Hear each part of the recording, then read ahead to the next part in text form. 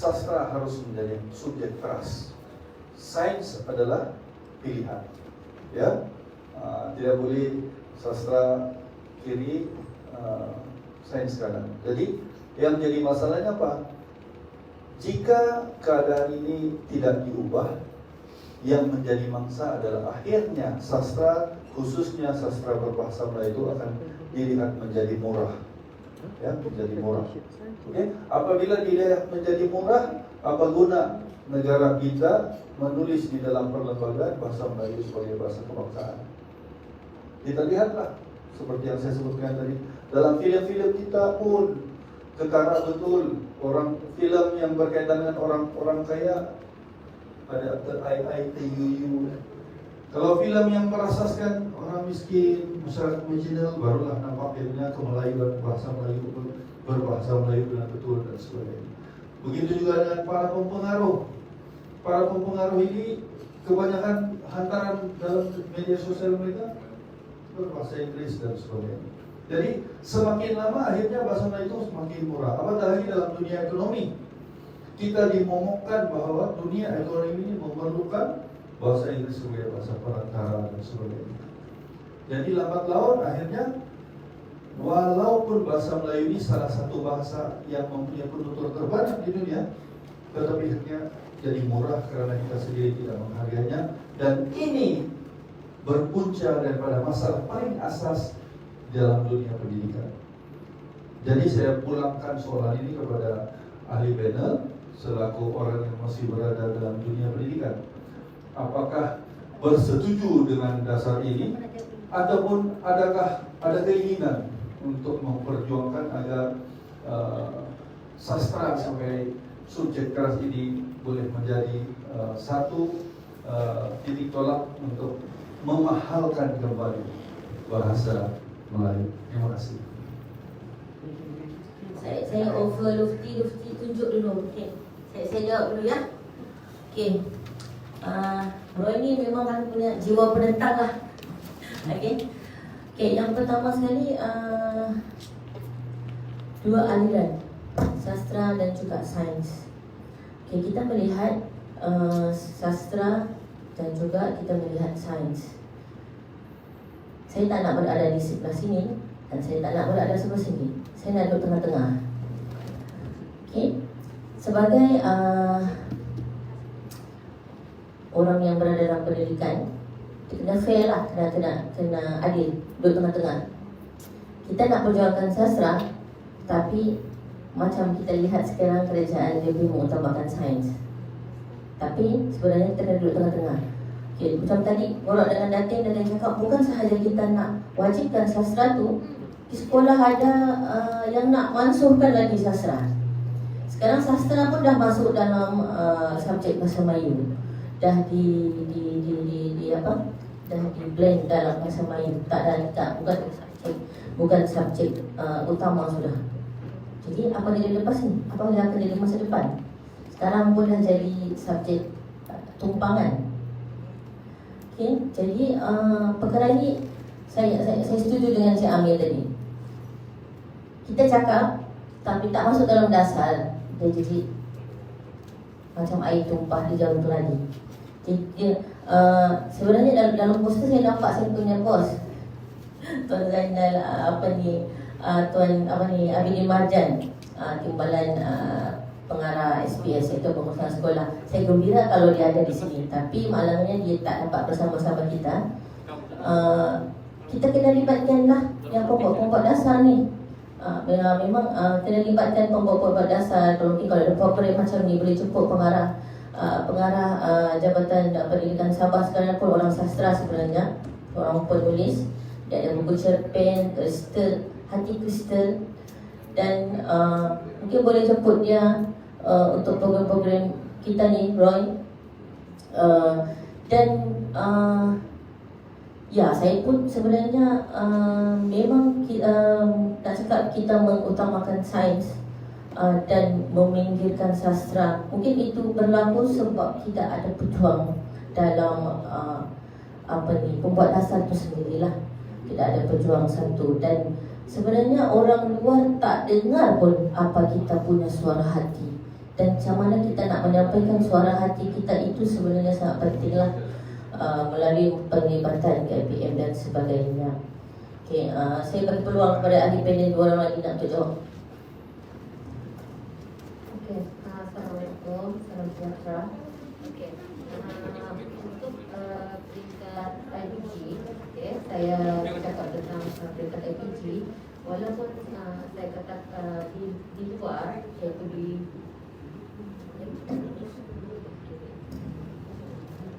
walaupun di luar dia ada sistem aliran sastra dan aliran sains, tetapi seperti mana yang saya sudah bincangkan tadi, dekat IPG dia memang kebanyakan yang guru pelatih yang masuk untuk option bahasa Melayu terdiri daripada aliran sains, dan mereka bijak. Jadi mereka senang untuk mempelajari sesuatu yang baru. Jadi kalau di IPG tidak wujud katakan ni aliran sains, ini aliran sastra, tidak. Masing-masing berlomba untuk menghasilkan karya. Sebab macam kami, tenaga pengajar, silibus tu dia minta untuk menghasilkan produk. Minta cipta pantun, yang paling asas pantun lah, pantun, syair, gurindam, seloka, dan mempelajari juga mantra. Sebenarnya mantra ni kalau orang dulu tengok mantra memang negatif, tapi sebenarnya mantra kita boleh tengok dari sudut positif berbanding dengan jampi. Jadi itu yang masyarakat masih memandang negatif sebenarnya terhadap mantra ni. Tapi sebenarnya kita boleh tengok dia dari sudutnya positif. Kalau tidak tak akan dia dimasukkan dalam silibus. Jadi pelajar-pelajar di IPG ni mereka menghasilkan karya-karya, menghasilkan selain dari menghasilkan novel, cerpen, drama, dan juga menghasilkan kritikan terhadap karya-karya sastra Melayu kita. Jadi saya rasa kalau di peringkat IPG kita boleh memupuk semangat berkarya terhadap pelajar-pelajar ni, dan mereka telah hasil-hasil karya tu mereka telah kukuhkan. Jadi yang tidak pandai menulis pun katakanlah saja, paling asas mereka telah dapat menulis saja dengan baik. Jadi saya rasa pemupukan minat tu, walaupun pada mula mereka tidak minat, tetapi yang berlaku di IPG, saya rasa seluruh IPG, sebab dia punya silibus tu memang menjurus ke arah pemupukan minat pelajar terhadap pembukaran nilai-nilai kesusastraan ni lah. Jadi secara tidak langsung mereka mempelajari sastra tu untuk fungsinya ialah untuk tujuan pendidikan dan juga didaktik. Okay?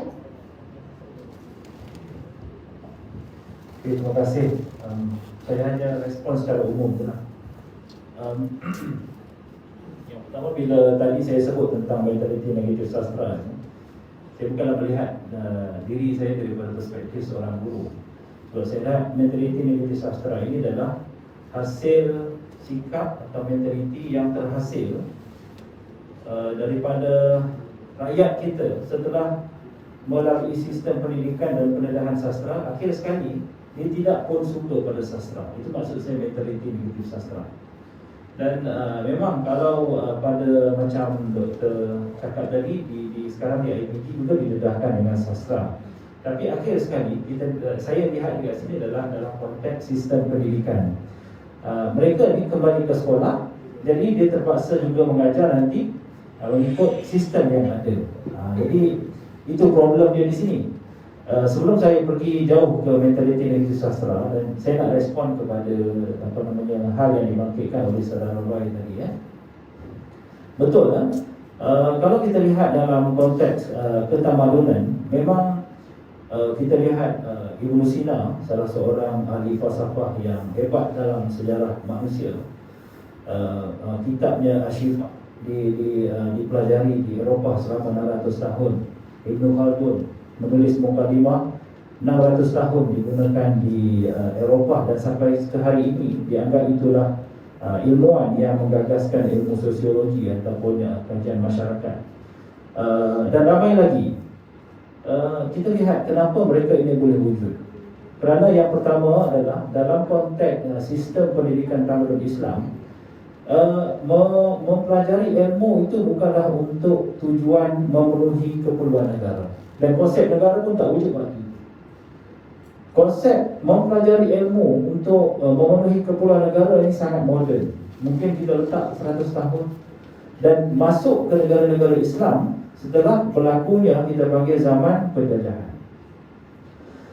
Dan inilah juga masalah yang kita hadapi. Kalau kita tanya balik, kita macam semacam bersetujulah bahawa salah satu sebab kenapa sastra ataupun wujudnya mentaliti negatif sastra ini adalah kerana sistem pendidikan kita yang memisahkan antara sains dan sastra. Itu macam kita dah setuju kan. Tapi kalau kita tanya lagi, kenapa sistem ini wujud? Akhir sekali kita berbalik kepada, kalau kita baca falsafah pendidikan kebangsaan dengan jelas diletakkan untuk 4 perkara itu, jasmani, emosi, rohani dan apa satu lagi, intelek. Maksudnya dari segi konsep manusia, falsafah pendidikan kebangsaan mengangkat dan mengiktiraf konsep manusia yang sepadu, iaitu bahawa manusia ini bukan sahaja jasmani, tapi juga dia ada unsur rohani. Itu jelas. Tapi jika kita pergi kepada misi Kementerian Pendidikan, kita akan nampak di situ hujung sekali memenuhi aspirasi negara. Jadi dengan sendirinya pendidikan adalah alat kepada negara untuk memenuhi cabaran semasa. Dan dalam konteks negara moden, terutamanya lebih-lebih lagi Malaysia, isu intelektual, isu budaya tak pernah dianggap sebagai satu cabaran yang besar. Sebab itu tadi saudara Merudin Ali ada bercakap tentang DKK tidak pernah pun digazetkan sebagai satu akta. Betul kan?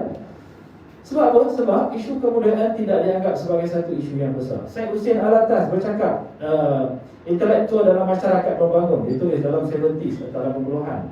Perkara yang sama juga, dia bercakap tentang corruption. Kenapa? Dia kata kenapa intelektual tidak mendapat tempat yang besar dalam sistem negara kita, kan itu. Sebab intelektual dan kebudayaan bukanlah satu isu.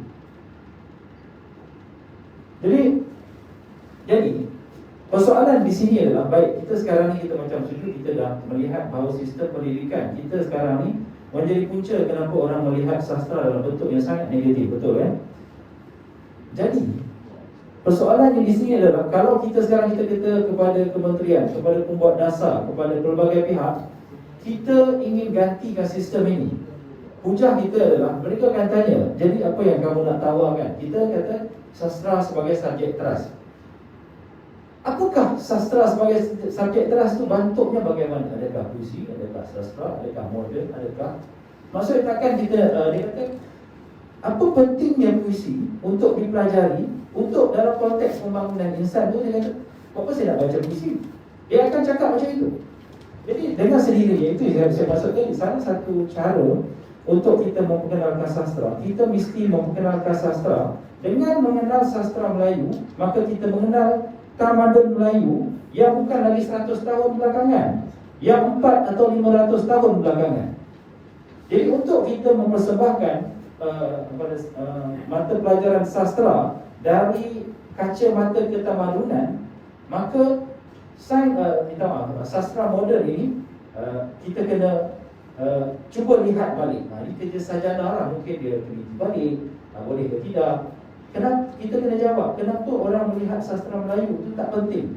Dan kita kena tawarkan, kalau anda tak memahami sastra Melayu dalam konteks ketamadunan, maksudnya dengan mengenal sastra, dia mengenal tamadun Melayu 400-500 tahun. Insan adalah manusia. Ahli falsafah mendefinisikan insan adalah sebagai manusia yang berakal, haiwan yang berakal, hayawan al-nati, akal. Jadi kalau kita dapat mempersembahkan bahawa sastra ini penting untuk pembangunan akhlak dan juga emosi, saya rasa kalaupun sastra itu tidak mampu digunakan untuk berhadapan dengan cabaran-cabaran yang bersifat sosioekonomi, dia masih lagi sangat penting untuk pembangunan insan itu. Jadi itu, kalau bolehlah saya nak cadangkan supaya kita lihat balik sastra. Yang pertama kita faham dalam bentuk persih tadi, puisi, cerpen, apa lagi, novel. Sebab puisi, unsur-unsur sastra macam novel, cerpen ini, dia memberikan kita perspektif. dia memberikan kita perspektif. Sebagai contoh lah, saya tak cadangkan kita tulis, tapi sebagai contoh, kalau kita baca sebuah novel yang bagus dari perspektif orang jahat, sekurang-kurangnya kita tak suka kepada kejahatan, tapi kita simpati pada orang tu. Sebab dia memberi perspektif, dia memberi latar. Tetapi dalam masa yang sama, kita jangan lupa juga untuk melihat satu lagi sisi dalam sastra, iaitu pengalaman kemanusiaan yang diungkapkan dengan indah, tapi bukan dalam bentuk puisi, bukan dalam bentuk novel, dan bukan dalam bentuk cerpen. Dan ini sebenarnya kalau kita lihat sebelum kita merdeka, kalau kita lihat mata pelajaran sastra dipersembahkan, sama ada di peringkat sekolah atau di peringkat yang lebih tinggi, kadang-kadang kita akan jumpa tulisan-tulisan daripada genius sastra, genius dalam abad ke-14 hinggalah sekarang. Tapi sekarang kita tanya, kenal Hamzah Fazli? Tak kenal. Siapa tu? Macam kita kata, you belajar sastra Inggeris, belajar. Kenal Shakespeare? Tak kenal. Kita akan rasa pelik. Tapi dalam sastra Melayu, pernah baca tak Hamzah Fazli? Siapa tu? Atau kalau kita tanya guru-guru, ni minta maaf saya bukan kritik, ini ada kita tanya guru-guru cemerlang atau guru-guru yang membuat kurikulum ni, dia akan bagi alasan, takkan kita nak kenalkan mereka ni susah. Kenapa mereka mempelajari fizik walaupun mereka tahu fizik itu susah? Kenapa mereka belajar math walaupun kita tahu math salah buat satu soalan dapat kosong? Susah untuk belajar, tapi kenapa dia tak kata, kenapa saya nak belajar math walaupun susah? Sebab dia nampak nanti dia nak jadi sesuatu. Tapi kenapa saya kena belajar sastra? Susah. Jadi bila kita berhadapan dengan bahasa Inggeris, bila kita nak mempersembahkan mata pelajaran-pelajaran lain, jarang-jarang kita dengar isu susah diangkat. Tapi bila kita nak memperkenalkan Komsas sebagai satu teks sastra dalam mata pelajaran bahasa Melayu, kita tak ambil teks sastrawan negara. Kita tak ambil teks contoh. Cuba bayangkan, saya bagi satu contoh. Semalam doktor yang ada pulau private, doktor apa nama? Zaimi. Dia bercerita tentang bagaimana seni dia bawa ke pulau tu, dan seni itu ada fungsi. Okey. Sebelum kita dalam sastra, kita ada zaman di mana berlaku satu perdebatan antara seni dengan masyarakat, betul tak, dalam 50-an antara Asasi dan juga Hamzah. Tapi sebenarnya saya melihat, yang pertama saya faham bahawa itu walaupun mereka melihat begitu, tapi mereka tak pisahkan pun macam kata apa yang berlaku di barat.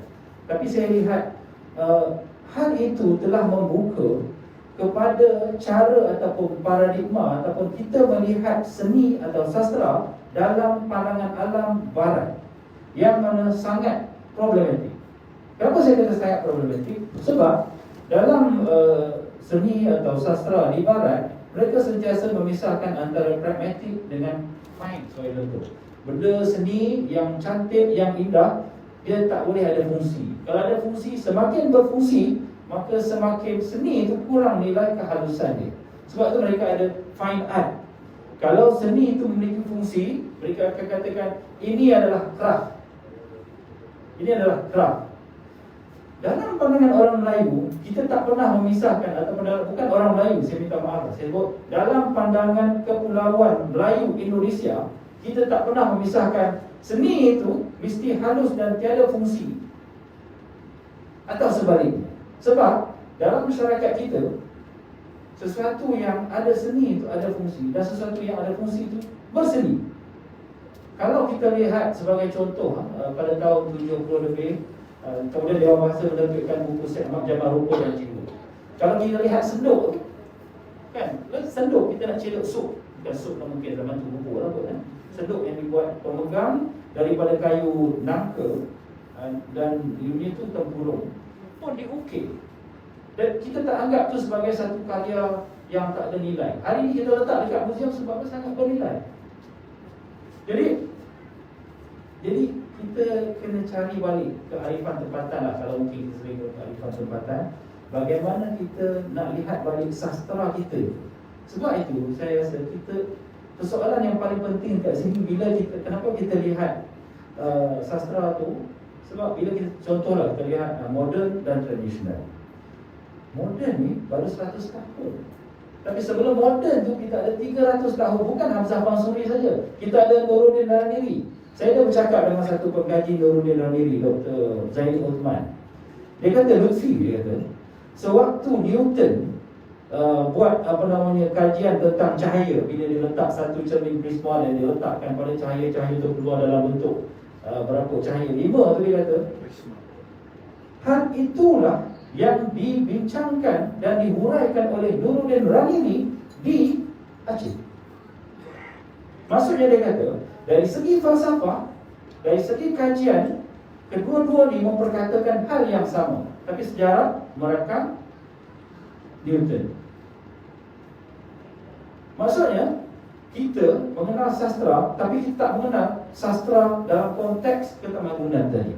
Sebab tu, ini soalannya, bagaimana kita nak memperkenalkan sastra? Dengan kita kenal sastra, kita mengenal sastra Melayu. Jadi, saya rasa cabaran di sini adalah untuk kita kita kritik pembahagian ataupun pembabakan sastra Melayu berasaskan moden tradisional, dan kita gantikan dengan pembabakan ataupun sejarah sastra Melayu Indonesia ini dengan pembabakan zaman. Contohnya sastra abad ke-16, sastra abad ke-17, sastra sehinggalah abad ke-20. Dengan sendirinya kita dapat satu macam dinamiknya sastra kita. Bukan hanya moden, tradisional. Bila sebut tradisional, kita ingat apa? Baju tradisional kita pakai waktu persembahan. Waktu pergi ke beli shopping, kita pakai seluar, pakai baju. Itu saya hanya bangkit-bangkit lah. Tapi saya sebenarnya ada menulis benda ini secara lengkap. Tapi saya akan cukup permudahkan lah untuk kita kongsi dalam kolom saya lah di Dewan Sastra secara online. Terima kasih. Terima kasih Saudara Lutfi. Begitu menarik sah. Dinamikan sastra telah diulas tadi daripada sistem pendidikan.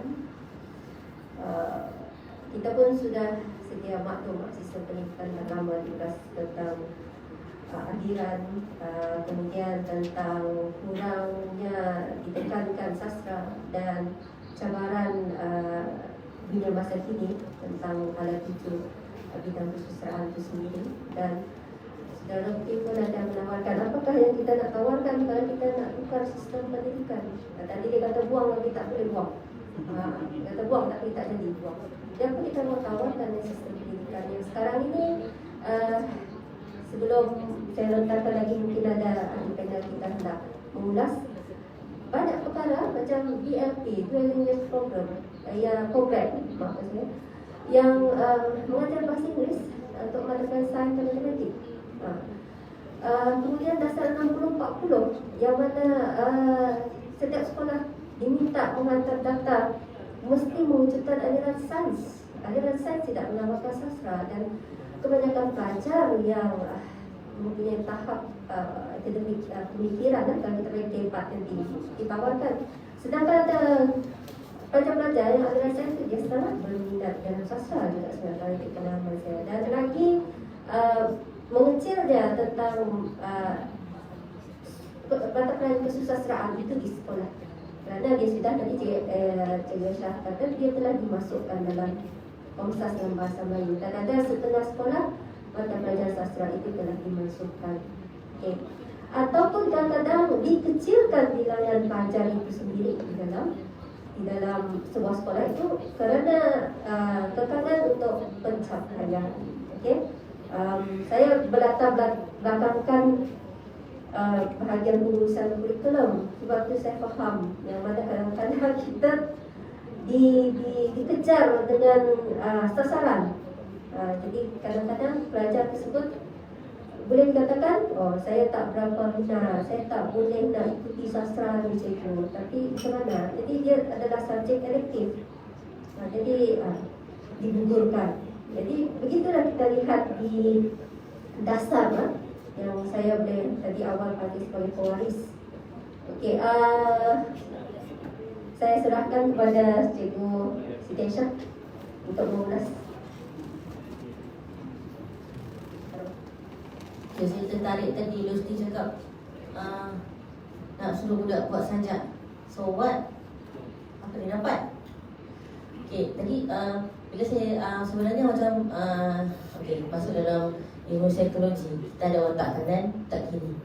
Otak kiri dia lebih rasional. Sebab tu selalu saya borak dengan Kak Moni, salah orang rasional ni. Macam mana kita nak bayangkan hantu tu macam mana? Macam mana kita nak bayangkan rupa bentuk hantu ke jisim? No, orang rasional tak mau terima itu. Orang rasional kau bawa hantu kau depan sini. Seperti juga budak dalam kelas bila kita mengajar, okey ini sebiji apple. Budak yang sebelah lagi dia boleh bayangkan, oh ada apple sebiji warna hijau, sedap, rasa masam, manis, ada daun sebiji. Tapi kalau budak yang satu lagi, kita kena bawa sebiji apple tu depan dia, oh okey ini apple. Dia tak boleh bayangkan, dia tak ada dia pembayangan itu sendiri. Jadi itu juga sebenarnya manusia pun macam tu. Bila Lufti cakap tadi, sastra melalui emosi, itu otak kanan.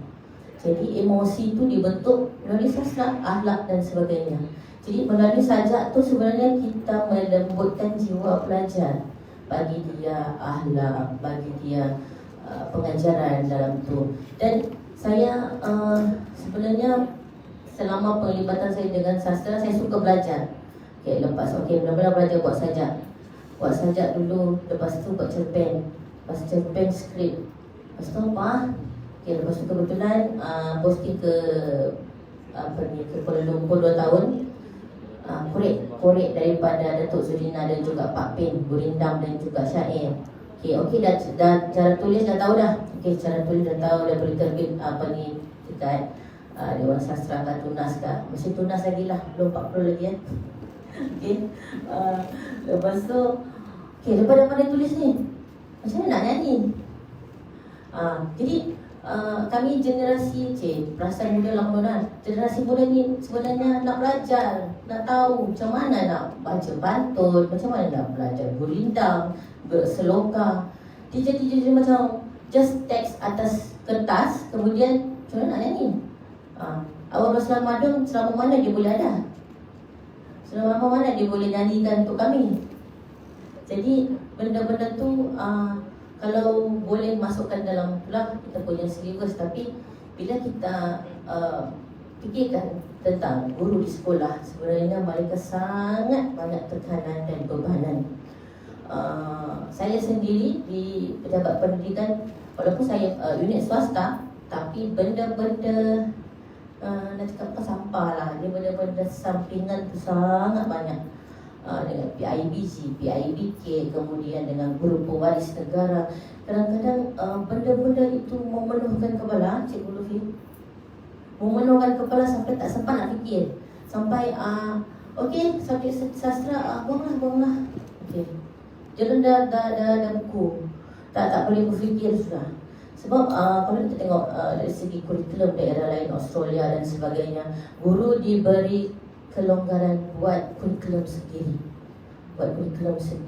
buat aktiviti sendiri. Diorang yang tentukan kurikulum yang apa yang dia nak ajar di sekolah. Tapi Malaysia no. Malaysia kita kena sediakan semua dan disumbat dan pelaksanaan dia sikit. Okey, mana data? Okey, mana ni? Mana itu? Mana ini? Yes. Itu kerja saya selama 7 tahun. Saya tukar minta data. Bagi cikgu macam mana, apa isu ibu bapa di sekolah. Dan perkara-perkara itu sebenarnya membebankan guru. Yes, kita boleh cakap, okey tambah. Okey, jadikan dasar, jadikan mata pelajaran wajib. So sains macam mana? Orang yang otak kiri, diorang pun nak wajibkan juga. Jadi mungkin kita ada jalan tengah macam mana nak uruskan perkara inilah. Mungkin kita kena seimbang lah. Macam tadi falsafah kebangsaan, jadi kena seimbang lah. Kalau terlalu sangat rasional, tak ada emosi, macam mana budak tu akan datang? Jadi kalau terlalu emosi, tak ada rasional, macam mana budak tu akan datang? Jadi kita kena globalisasi lagi sekarang ni, semua berpakai internet.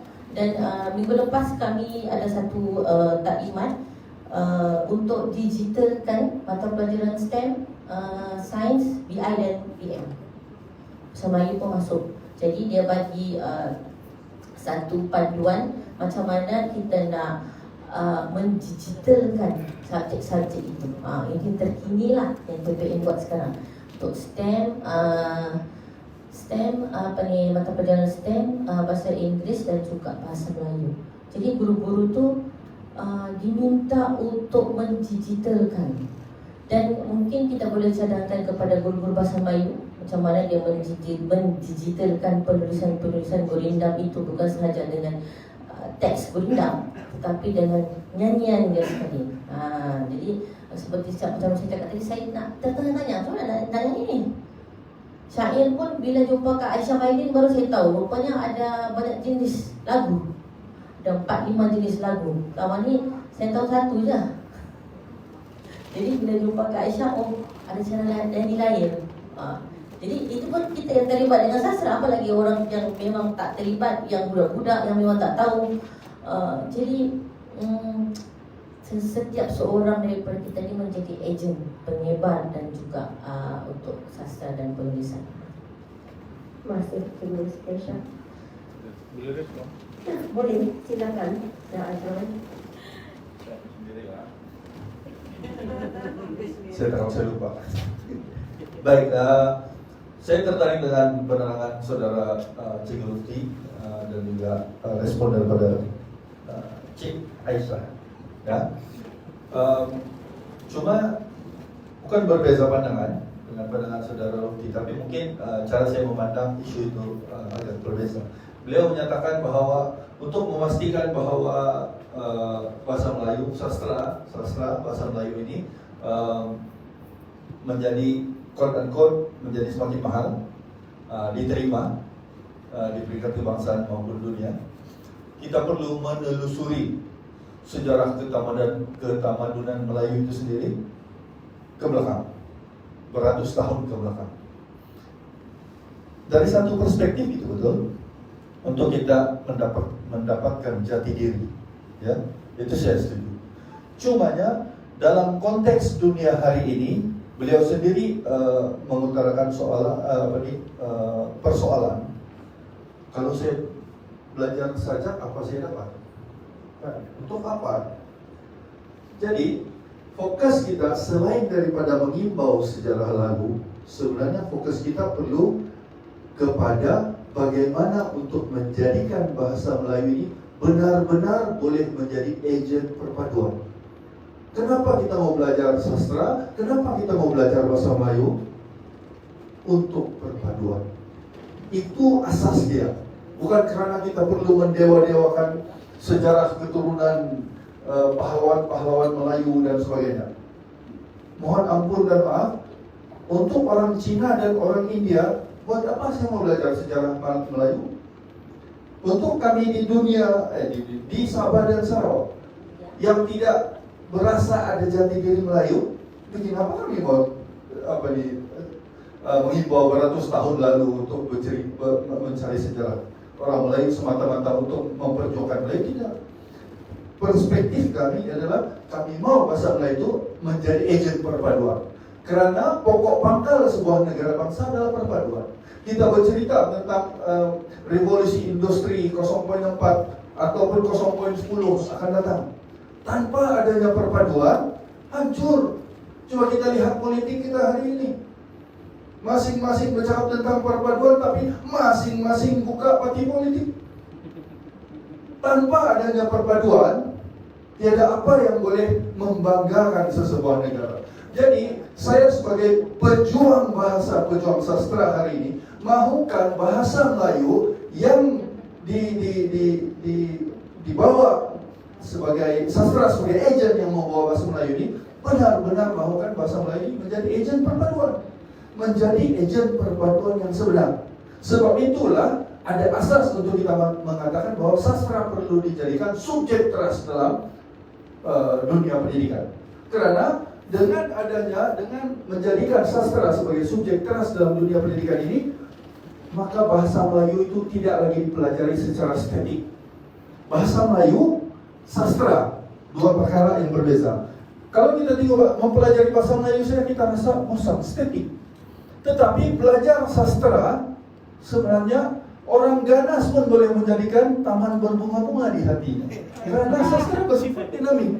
Itulah kelebihannya untuk kita menegaskan bahwa sastra perlu dijadikan subjek teras, bukan berasaskan kepada kepentingan material semata-mata. Belajar sastra, oh nanti aku sudah besar, nanti ada apa dengan sastra kalau aku belajar sastra? Tidak boleh kasih makan, tidak boleh mendapat keuangan berbanding aku belajar sains, matematik dan sebagainya. Ini adalah perkara pokok yang perlu kita singkirkan.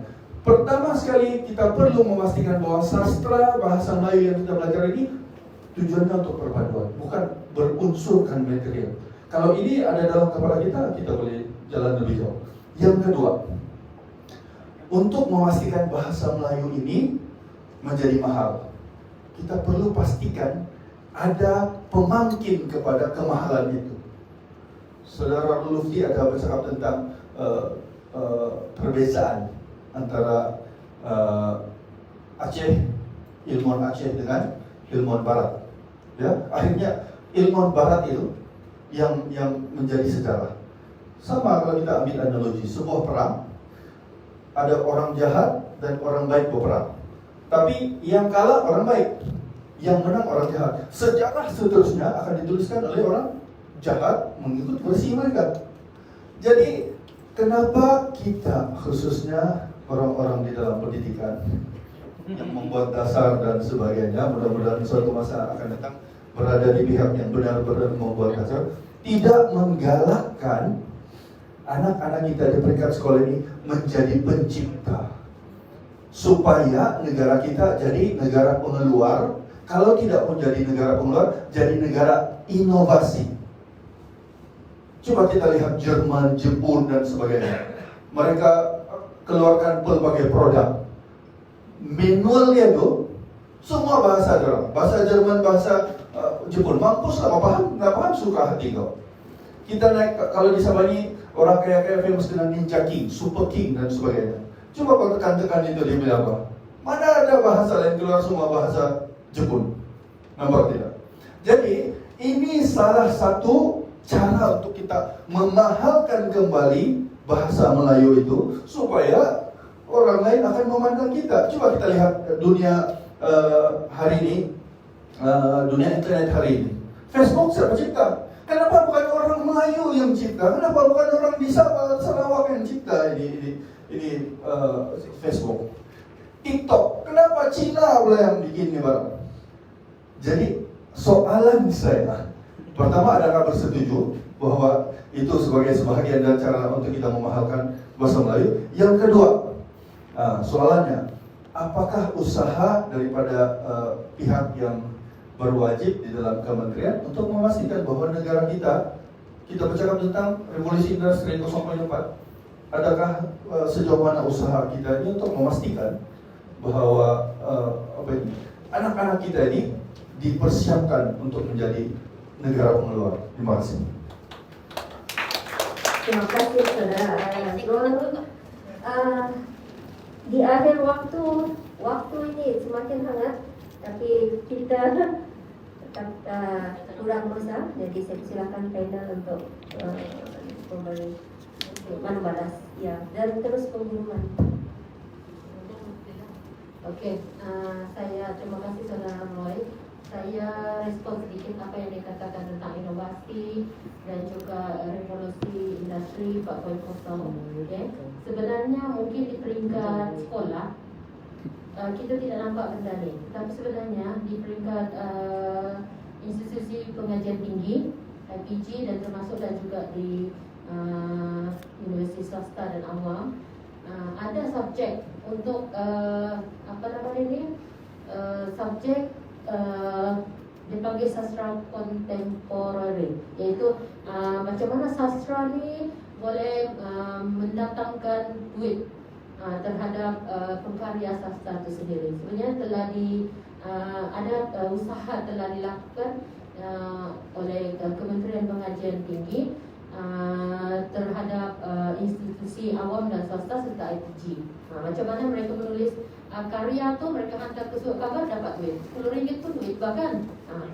Sebenarnya memang ada, cumanya di peringkat akar UPI ini memang tidak ada lah kita nampak. Tapi sebenarnya benda tu, contohnya di Akademi Pengajian Melayu Universiti Malaya sendiri, okey, dengan Jabatan Media kalau tidak silap saya di UM juga, ada khusus-khusus khas untuk sastra ni, untuk memasir pelajar-pelajar tu. Mereka diajar bagaimana untuk memasarkan hasil-hasil karya. Jadi saya rasa Saudara Roy tadi katakan kita perlu bersikap materialistik tu, benda tu sudah ada, cuma kita belum perluaskan lagi di dalam akar umbi. Okey, minta maaf, itu saja. Okey, terima kasih Saudara Roy. Dia kalau ada discussion macam ni baru suasana jadi hangat kan.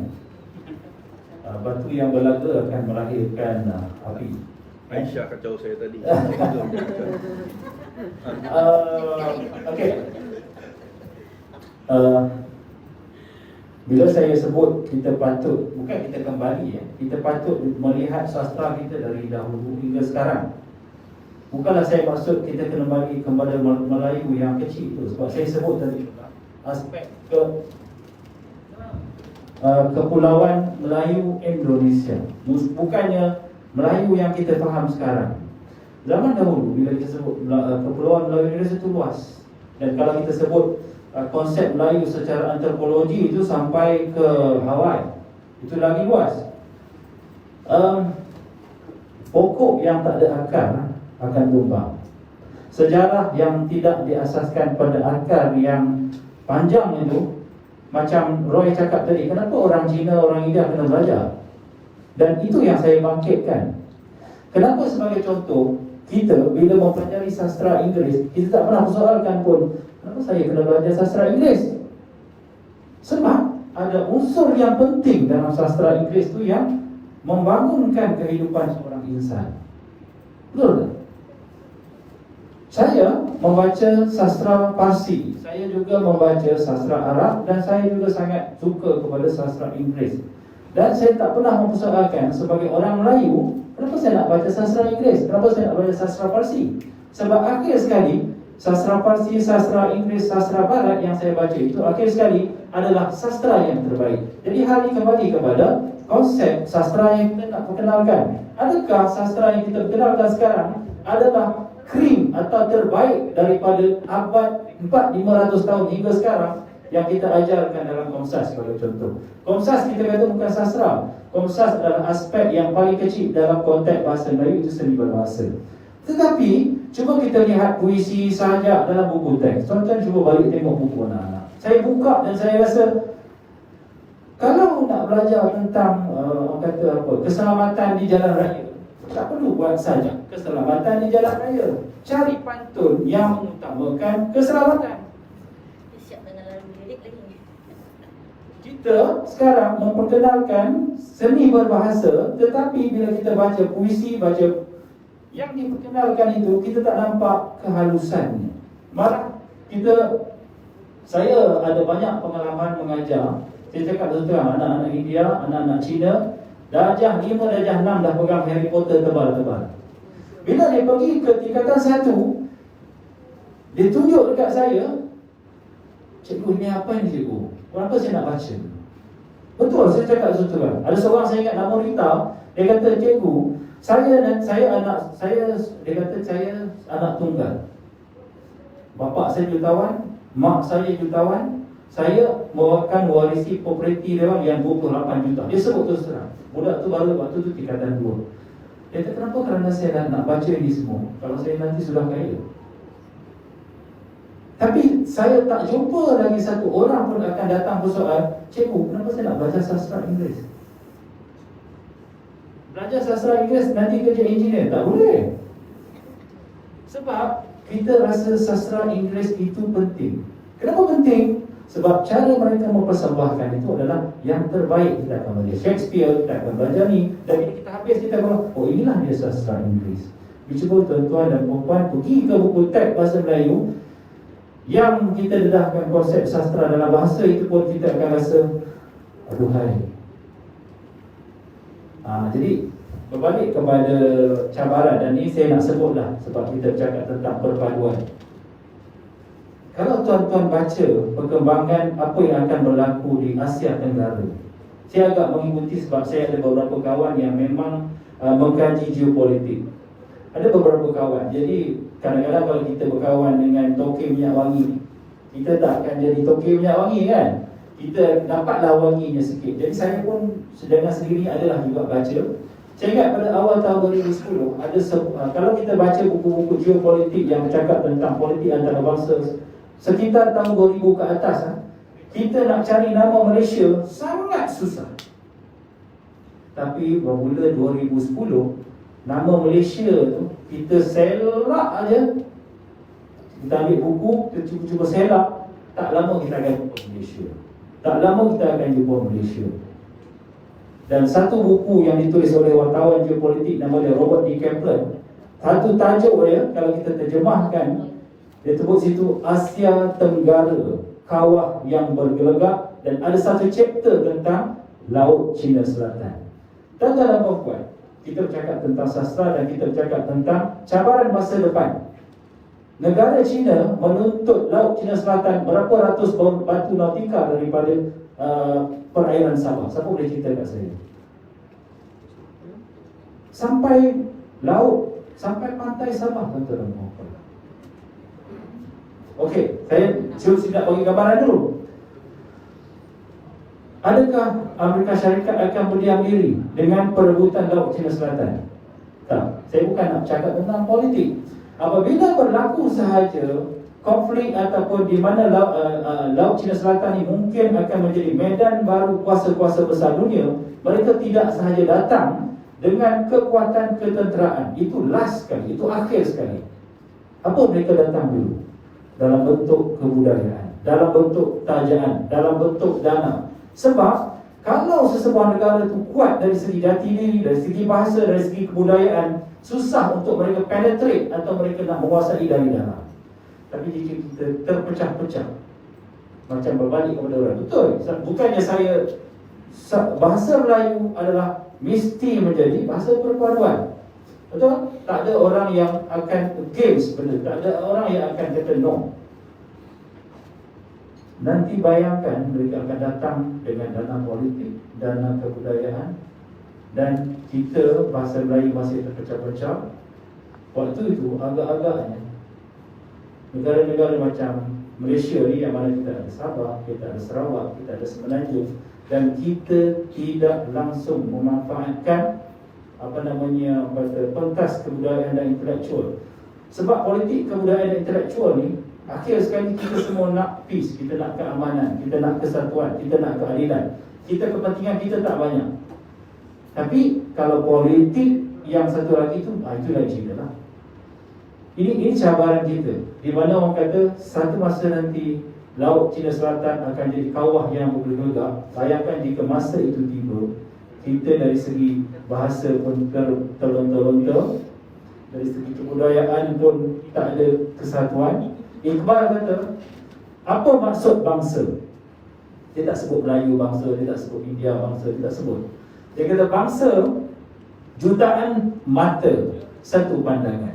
Hari ni kalau kita lihat bangsa Malaysia, kalau kita beri term tu, adakah kita sekarang ni, kita ada 33 juta rakyat lebih kurang, adakah kita memiliki satu pandangan? Ini cabaran kita, tuan-tuan.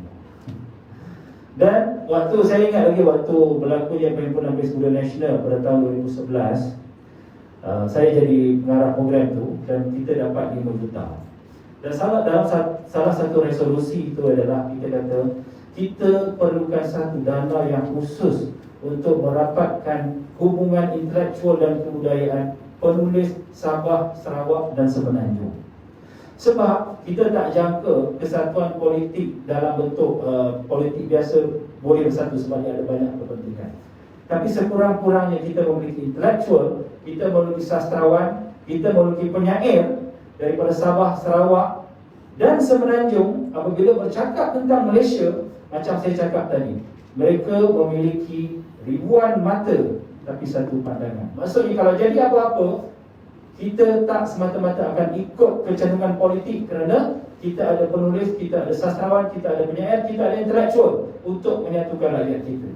Tapi bahasa Melayu pun sekarang, jadi inilah yang saya kata cabaran lah yang kita nak tak nak kita kena hadapi. Itu sedikit respon saya. Terima kasih. Terima kasih. Masa mencuburi kita bagi ruang untuk Cik Aisyah untuk kira tutuplah untuk forum kita pada petang ini. Silakan. Okey, yang first saya nak jawab soalan Roy tadi tentang bahasa. Kalau bahasa itu bukan perpaduan, Roy cakap dusun, saya cakap bahasa Melayu, Roy cakap saya tak faham, macam ayam dengan itik. Jadi itu pun sudah menunjukkan satu bahasa itu adalah satu perpaduan. Dan saya nak sentuh sedikit saja tentang perpaduan itu. Kebetulan kajian saya tentang kesepaduan sosial dalam mata pelajaran sejarah. Dan menurut Profesor Ulong Syamsul Amri Baharudin, beliau mengatakan bahawa Malaysia tidak ada perpaduan, yang kita ada kesepaduan.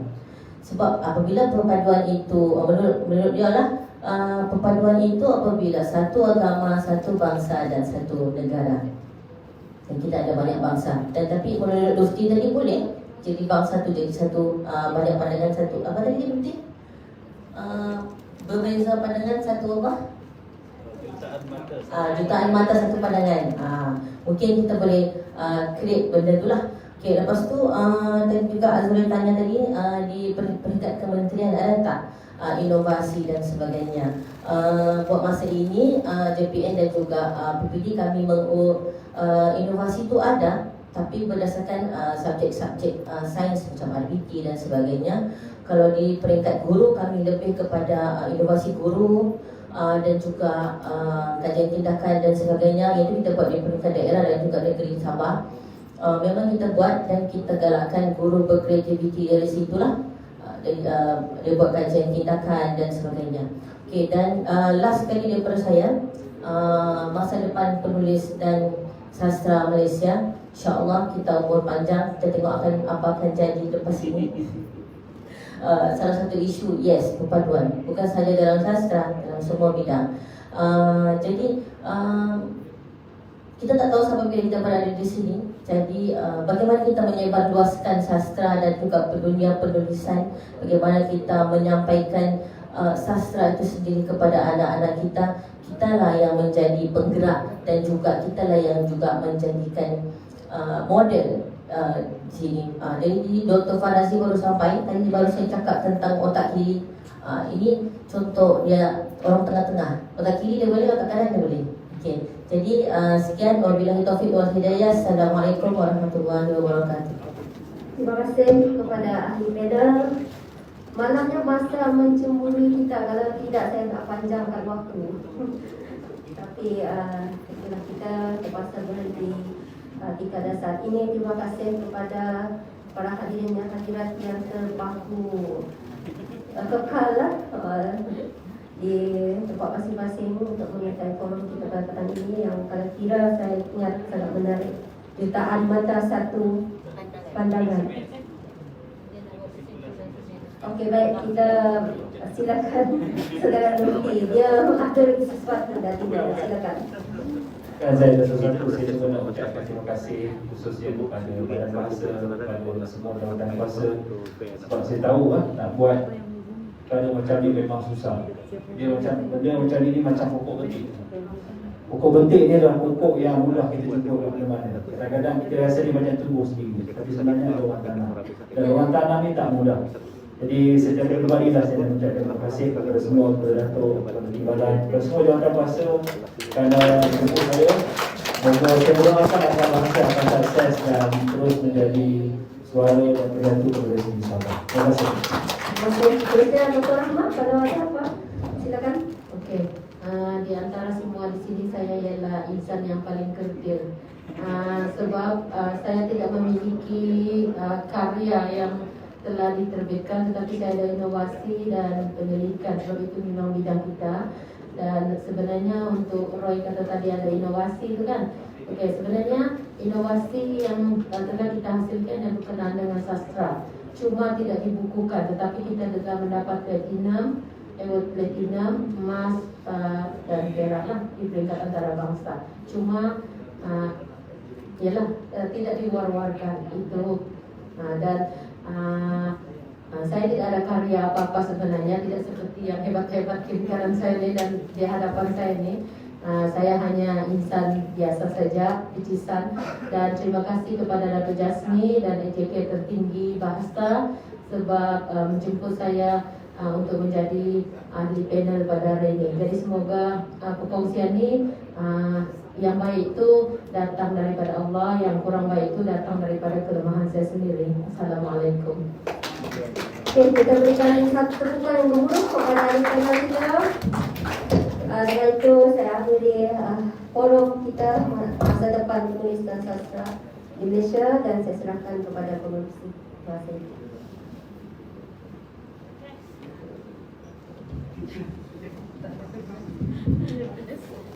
Ya, kami juga mengucapkan ribuan terima kasih kepada ketiga-tiga ahli panel kita ya. Kami juga berharap agar ketiga-tiga ahli panel kita ini, kalau orang sini cakap, tidak jarang untuk hadir lagi supaya keilmuan seperti itu. Boleh ya? InsyaAllah kita akan berjumpa lagi di bulan akan datang. Dan juga terima kasih kepada yang hadir pada petang ini ya. Cuma masalahnya masa tidak mengizinkan. Malam nanti kita akan jumpa lagi, kita akan jadi sesi. Okey. Perkara ini saya mengalami sendiri tentang bahasa ini. Bila mana saya inginkan puisi daripada anak saya inginkan bilang sama dia, abang mau punya puisi. Dia pun WhatsApp saya. Tapi bila saya buka WhatsApp, puisi dia dalam bahasa Inggris. Kantoi saya. Kantoi saya. Jadi kalau buat bahasa Inggris, kenapa tidak buat dalam bahasa Indonesia?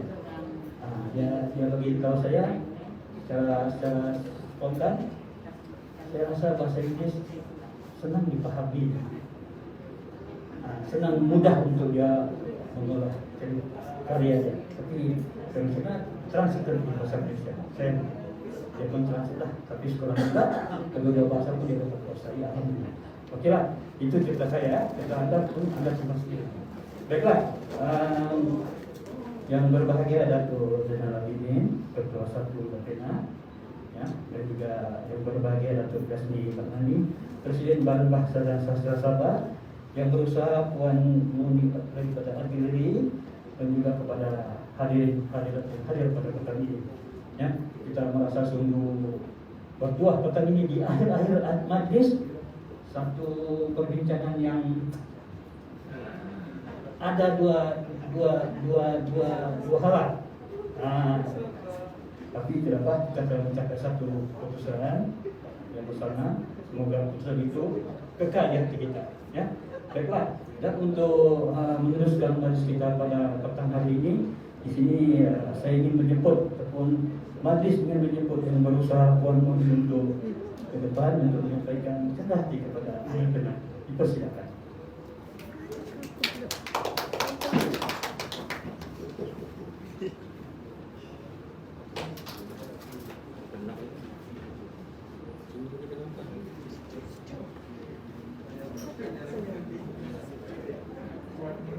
Baiklah, sudah untuk pertandingan yang pertama dijemput dari Dr. Cikgu Rusdi pusatnya.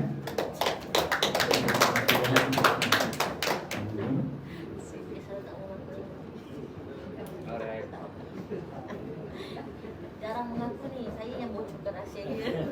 Seterusnya yang berbahagia Dr. Rahma Abdul Ghani.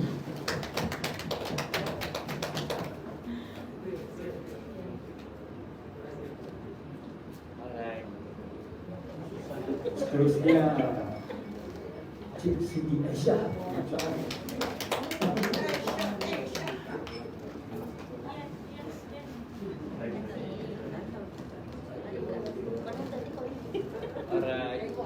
Dan untuk materi kita pada petang ini, persilakan yang berbahagia Datin Haliza terima kasih.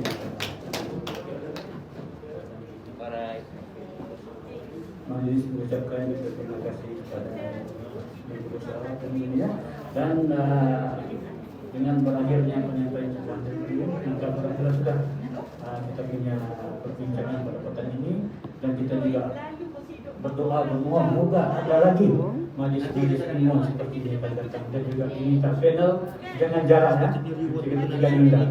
Baiklah, sekian dan terima kasih. Wassalamualaikum warahmatullahi wabarakatuh.